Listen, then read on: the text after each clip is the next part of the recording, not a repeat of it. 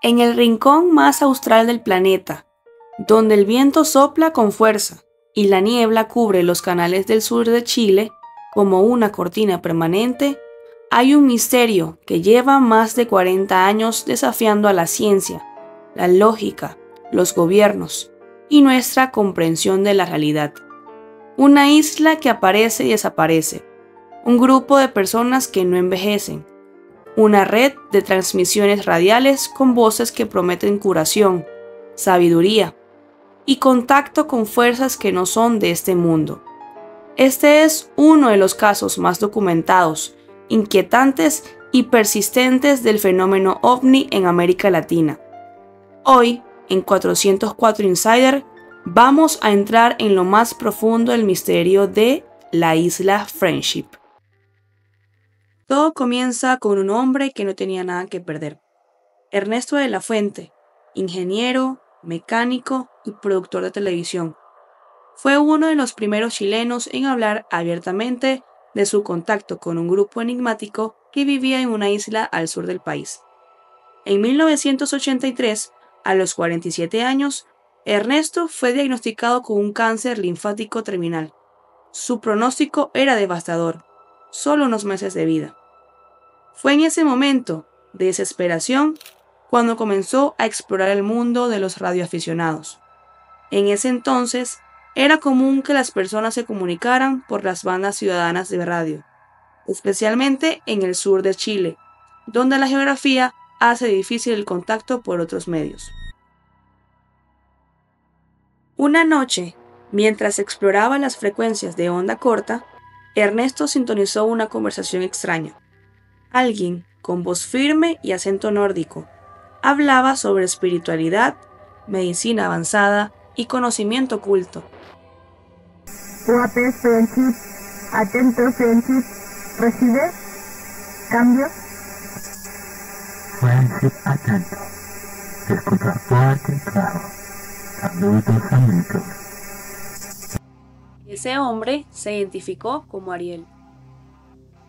Durante semanas, Ernesto mantuvo conversaciones con Ariel y otros miembros del grupo. Entre ellos estaban Sander, Axel, Benjamín, Lucas y Gerard. Todos hablaban español perfectamente, pero con un acento extranjero difícil de ubicar. Jamás dieron sus apellidos. Aseguraban vivir en una isla llamada Friendship, ubicada en algún punto entre el archipiélago de Chiloé y los canales patagónicos del Golfo de Penas. Ariel le ofreció a Ernesto algo impensado. Lo invitarían a la isla y lo ayudarían a curarse.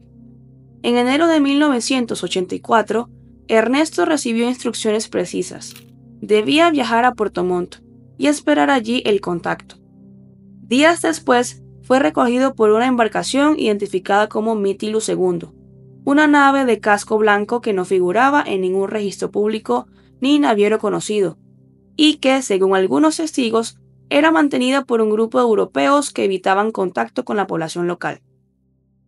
Ernesto fue llevado a mar abierto, y tras una travesía de varias horas llegó a la isla.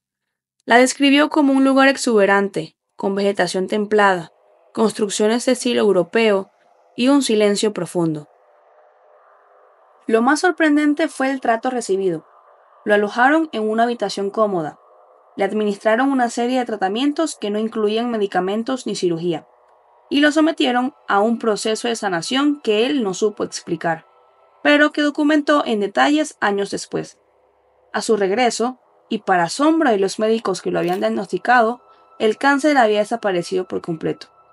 El caso fue investigado en los años 90 por el investigador español Ramón Navia Osorio, quien entrevistó a Ernesto y documentó su historia en el libro La isla de Friendship, un enigma del fin del mundo.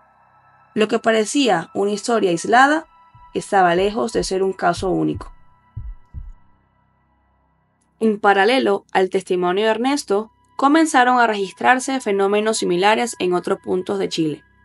El caso más notable fue el de Miguel Ángel Ortiz y su familia, residentes en Santiago, quienes entre 1985 y 1989 mantuvieron contacto por radiofrecuencia con las mismas voces que hablaban desde la isla Friendship. Usando equipos de banda ciudadana y equipos de radio en la frecuencia de los 11 metros, comenzaron a interceptar mensajes extraños. Las conversaciones parecían ser entre operadores que usaban un lenguaje técnico y a la vez espiritual. Hablaban de los elegidos, de la limpieza del alma y de una misión humanitaria que debía mantenerse en secreto. Los Ortiz grabaron decenas de horas de audio. En ellos, Ariel y otros miembros del grupo hacían predicciones, ofrecían ayuda médica e incluso describían acontecimientos que más tarde se cumplirían.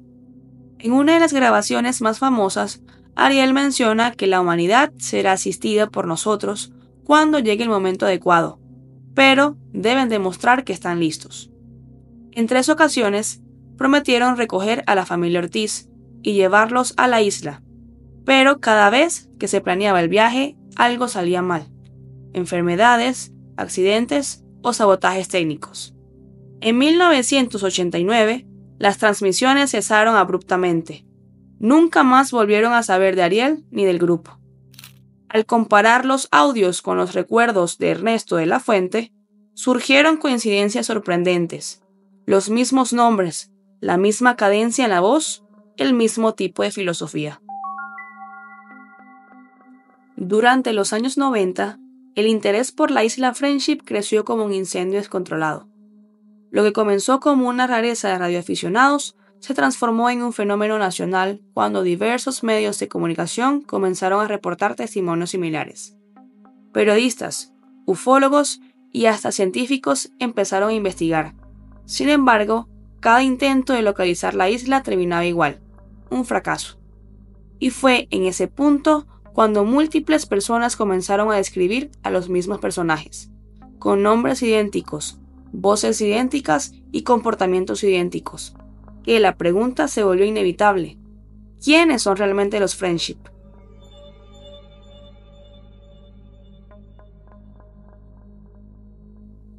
No eran nombres comunes: Ariel, Sander, Axel, Gerard, Lucas. Todos compartían un patrón: nombres europeos, sin apellidos, sin ningún tipo de documento que acreditara su identidad.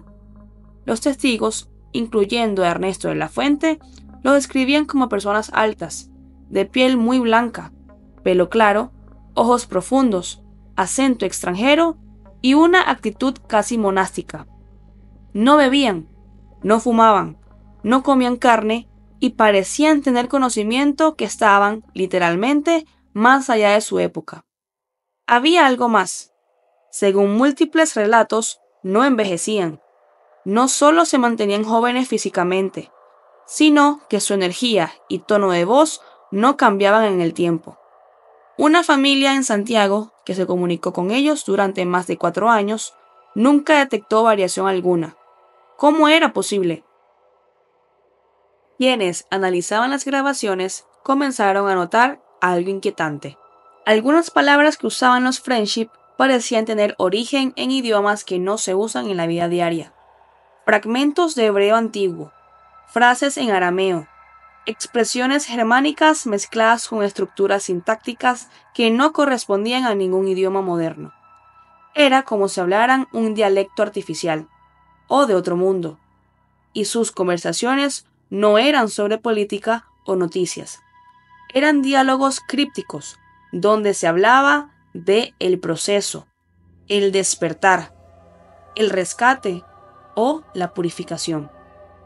Se autodenominaban hermanos mayores, pero nunca respondían directamente a preguntas. Siempre guiaban, nunca afirmaban, nunca daban pruebas, pero sabían cosas que solo un círculo muy reducido podía conocer. La idea de que estos hombres formaran parte de una comunidad secreta no era nueva. Desde los años 40, en el sur de Chile, circulaban rumores sobre alemanes que habían fundado colonias ocultas entre los fiordos y canales. Una de las más famosas era la de Colonia Dignidad, y aunque los Friendship siempre se presentaron como benevolentes, curadores, pacíficos, Las similitudes físicas, idiomáticas y culturales eran imposibles de ignorar. Algunos teóricos apuntaron a una conexión con las antiguas sociedades ocultistas que operaban en Alemania durante el Tercer Reich, la Sociedad Viril, los Thule y los Rosacruces, grupos obsesionados con la búsqueda de conocimiento superior, longevidad y tecnología desconocida. Muchos escépticos aseguran que estos grupos huyeron tras la guerra y fundaron sociedades secretas en el sur del mundo. Pero otros iban más allá. La idea más repetida entre quienes tuvieron contacto directo con ellos es que no eran humanos, o al menos no del todo. Ernesto de la Fuente estaba convencido de que había estado en presencia de entidades de otro nivel. Nunca vio tecnología abiertamente extraterrestre.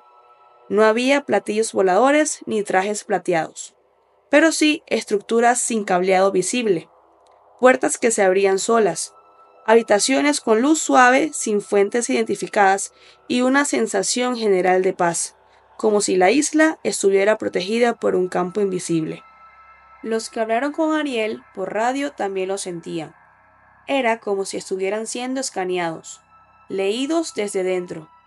Miguel Ángel Ortiz, uno de los radioaficionados más cercanos a ellos, confesó haber tenido sueños recurrentes después de cada contacto. Sueños con luces intensas, símbolos y una voz que decía siempre lo mismo: cuando el tiempo esté completo, serás llamado.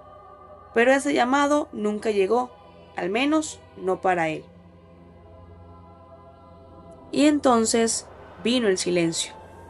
A partir de 1989, los Friendship desaparecieron de todas las frecuencias, como si se hubieran esfumado, o como si hubieran decidido cerrar las puertas. Algunos aseguran que fue tras un intento de intervención de la Marina. Otros creen que el grupo se trasladó. Pero lo cierto es que durante más de una década no hubo señales públicas de su existencia. Y justo cuando el caso comenzaba a caer en el olvido, algo volvió a ocurrir. A comienzos del año 2000, un grupo de pescadores de la zona de Quellón, en la isla de Chiloé, reportó haber visto luces moviéndose sobre el agua durante la madrugada. No era la primera vez, pero esta vez había un detalle nuevo. Los hombres afirmaron ver una estructura flotante en el horizonte, similar a una plataforma, con luces blancas que se apagaron repentinamente. Cuando intentaron acercarse, sus motores fallaron. El GPS comenzó a marcar errores, y minutos después la estructura ya no estaba. Según sus coordenadas, estaban cerca del canal de Moraleda, justo en la zona donde muchos creen que se encuentra la isla Friendship. Un año después, en 2001, una periodista independiente llamada Andrea Silva publicó un reportaje en el que mostraba testimonios de marinos retirados que hablaban de zonas prohibidas al tráfico naval sin explicación oficial. Lugares donde los barcos recibían órdenes de rodear, sin acercarse a ciertas coordenadas. Lugares que ni siquiera figuraban en los mapas entregados al público. Uno de estos puntos estaba justo entre Melinca y Puerto Aguirre, una región llena de canales, islotes y bancos de niebla casi perpetua. Los documentos mostraban algo más inquietante. En mapas antiguos de la zona, específicamente los levantados por la Armada en 1945 y actualizados en 1969, figuraba una isla llamada Isla Elizabeth. Pero en las actualizaciones posteriores, esa isla ya no aparecía. No fue reclasificada ni renombrada. Simplemente desapareció del registro oficial. Los teóricos más meticulosos comenzaron a trazar los puntos, y una coincidencia geométrica conectaba Isla Elizabeth con los lugares donde los testigos afirmaban haber tenido contacto con los Friendship. A partir del 2010, con el auge de las redes sociales, surgieron nuevos relatos. Una mujer identificada como Natalia Araya, profesora de educación básica en Punta Arenas, afirmó haber recibido durante años mensajes de voz por WhatsApp provenientes de un número internacional, con voces que coincidían con las de Ariel y Gerard. Los audios eran breves, hablaban de protección espiritual, le advertían de eventos futuros y contenían una vibración o tono subarmónico que los hacía casi hipnóticos. Un ingeniero acústico que analizó las grabaciones detectó frecuencias inaudibles para el oído humano. Hasta hoy, no se ha podido rastrear el origen exacto de esos mensajes. Y aún hoy, cada tanto, alguien más asegura haberlos oído, o visto, o sentido. Una pareja de kayakistas que navegaba en el fiordo Aysén en 2017 vio, durante la noche, una estructura iluminada en medio de la nada. Al acercarse, simplemente desapareció. No se hundió, no se desvaneció con la niebla, desapareció como si nunca hubiera estado ahí. Y quizás ese sea el corazón del misterio, la imposibilidad de confirmarlo, pero también la imposibilidad de negarlo. Demasiados testigos, demasiadas coincidencias, demasiadas preguntas sin respuesta. ¿Quiénes son realmente los Friendship? ¿Por qué están aquí? ¿Y por qué, entre todos los lugares del mundo, eligieron esconderse en el fin del mundo? ¿Por qué, si lo que dicen es cierto, si esta isla es real, entonces estamos hablando de una base extraterrestre operando en la Tierra, desde hace décadas, en total silencio, bajo la complicidad o la ignorancia de los gobiernos? Y si eso es verdad, entonces no estamos solos. Nunca lo estuvimos. Si hablamos de la isla Friendship como una base secreta en la Tierra, debemos preguntarnos, ¿quién la protege? ¿Quién permite que en pleno siglo XXI una isla entera pueda desaparecer de los mapas, sin que nadie, ni siquiera un satélite, pueda confirmar su existencia? Durante años, investigadores independientes han intentado rastrear los movimientos de embarcaciones en la zona, y uno de los datos más inquietantes apareció en registros navales internacionales del año 2014. Una nave de bandera panameña, de nombre Cavendish, reportó en su bitácora haber sido interceptada por una señal de radio cifrada mientras atravesaba el canal Puyuaipí. La grabación fue enviada a la Universidad Austral y, al analizarla, se descubrió que la señal contenía coordenadas que apuntaban directamente a un punto entre la isla Traiguén y el archipiélago de los Chonos, exactamente donde los testigos de los años 80 situaban a Friendship. El mensaje estaba en alemán, con frases bíblicas en voz calmada. Ningún organismo oficial reconoció haber emitido esa señal. Y eso nos lleva a una conexión aún más profunda: las similitudes entre la historia de Friendship y los enclaves misteriosos del mundo. La isla Sentinel, en el Océano Índico, donde ningún extranjero puede entrar sin ser atacado. La zona del silencio en México, donde las ondas de radio desaparecen. O incluso la base militar de Dulce en Nuevo México, Estados Unidos, donde presuntamente existen laboratorios subterráneos con tecnología no humana. Todas esas zonas tienen algo en común: aislamiento, interferencias tecnológicas, presencia de figuras enigmáticas y secretos compartidos entre las élites. ¿Podría Friendship formar parte de una red global de enclaves donde se realizan operaciones que están fuera del conocimiento civil? Las teorías más sólidas apuntan a 3 líneas posibles. La primera es la teoría extraterrestre clásica. En esta visión, los Friendship serían una raza alienígena con forma humana, insertada estratégicamente en la Tierra para observarnos, estudiar nuestra evolución espiritual y actuar como guías. No buscan interferir, sino proteger a los pocos que despiertan. La isla sería su base de operaciones, protegida por tecnología de camuflaje y vibración que la hace invisible al radar. Esta idea se refuerza con los múltiples testimonios de curaciones milagrosas, predicciones acertadas y conocimiento médico avanzado que ninguna fuente local podría haber entregado. La segunda es la teoría del enclave nazi oculto, una de las más polémicas. Según esta línea, Friendship sería el último reducto de científicos alemanes que escaparon tras la Segunda Guerra Mundial y que lograron desarrollar tecnología secreta gracias a conocimientos ocultistas. Esta teoría conecta directamente con Colonia Dignidad, donde efectivamente operaron exmilitares nazis protegidos por la dictadura de Pinochet. Se habla de túneles subterráneos, plataformas flotantes y de un pacto entre ciertos gobiernos y estas comunidades a cambio de tecnología. Es inquietante, pero históricamente no es tan descabellado. Y finalmente, la tercera teoría, la más compleja y quizás la más perturbadora, es que Friendship es un experimento humano espiritual a gran escala.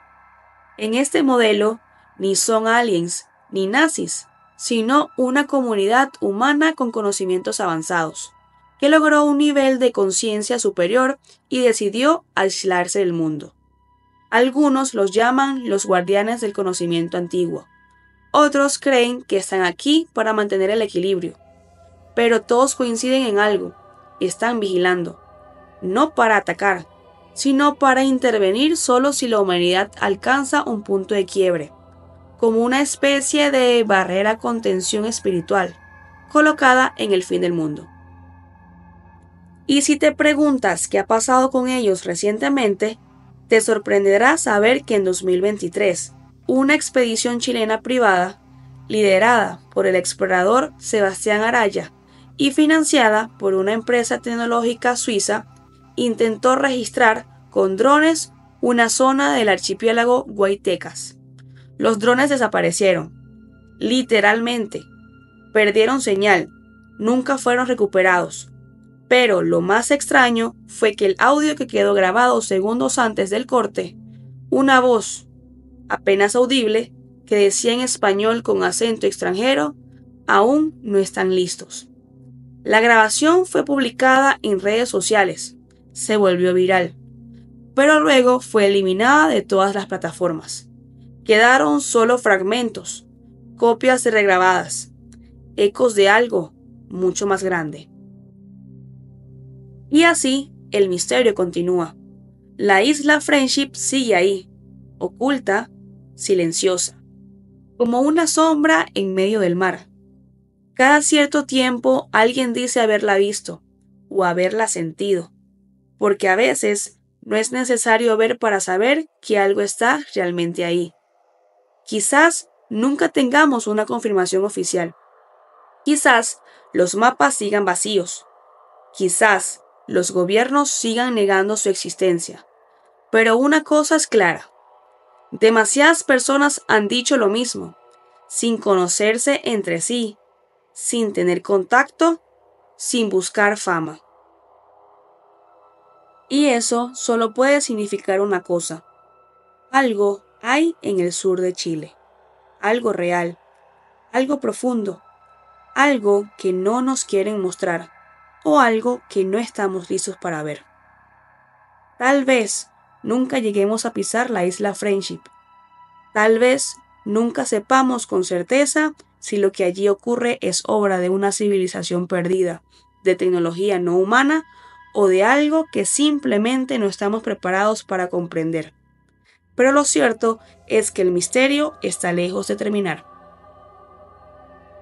Y ahora la pregunta cae sobre ti. ¿Tú qué crees que es realmente la isla Friendship?